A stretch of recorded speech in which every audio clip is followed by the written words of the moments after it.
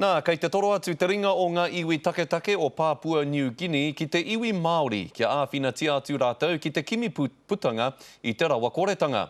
Ahakoa he piriona tāra te uara o ngā rawa kei roto i te whenua o Papua New Guinea, kārea no te iwi kāinga o reira kia whai hua i aua rawa.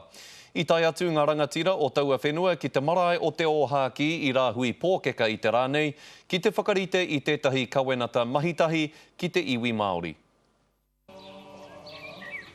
He waiata tōhou, he reo rereke e kore e tā te whakamarama. Engari ka rongo ka mōhio hoki te iwi o Waikato Tainui i te mamai o te raupatu o enei manuwhiritu ārangi. Ko tā rātou e whai ana, ko te mahitahi me te iwi nei. I raro i ngā kaupapa huhua. O reira tēnei tā rātou haere mai, ki te ata kōrero i tā rātou kaupapa. Tēnā pēr, ka tāia mātou te mahitahi me rātou. I te tau ko tahimano e iwarau e whitu te kau mā rima, ka whakahokia te tino rangatiratanga ki ngā iwi o Papua New Guinea, engari kei reira tonu ngā tau mahatanga o te noho i roto i te ao hurihuri.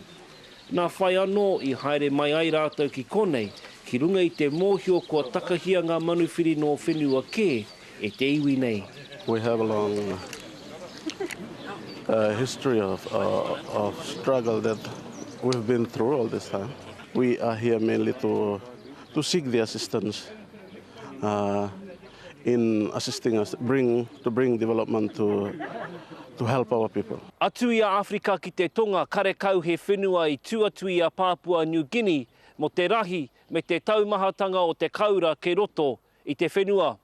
Hoi anō rā e ai ki ngā kaumātua i roto i te tira nei, ko te mea nui ki a rātou kia pupuru i a rātou tikanga me te reo warurau o te iwi taketake o Papua New Guinea. Hei a pōpō ka wai tohungia, te kawenata i wainga i a Waikato Tainui me ngā iwi taketake o Papua New Guinea. Pōtaka maipi, te karere.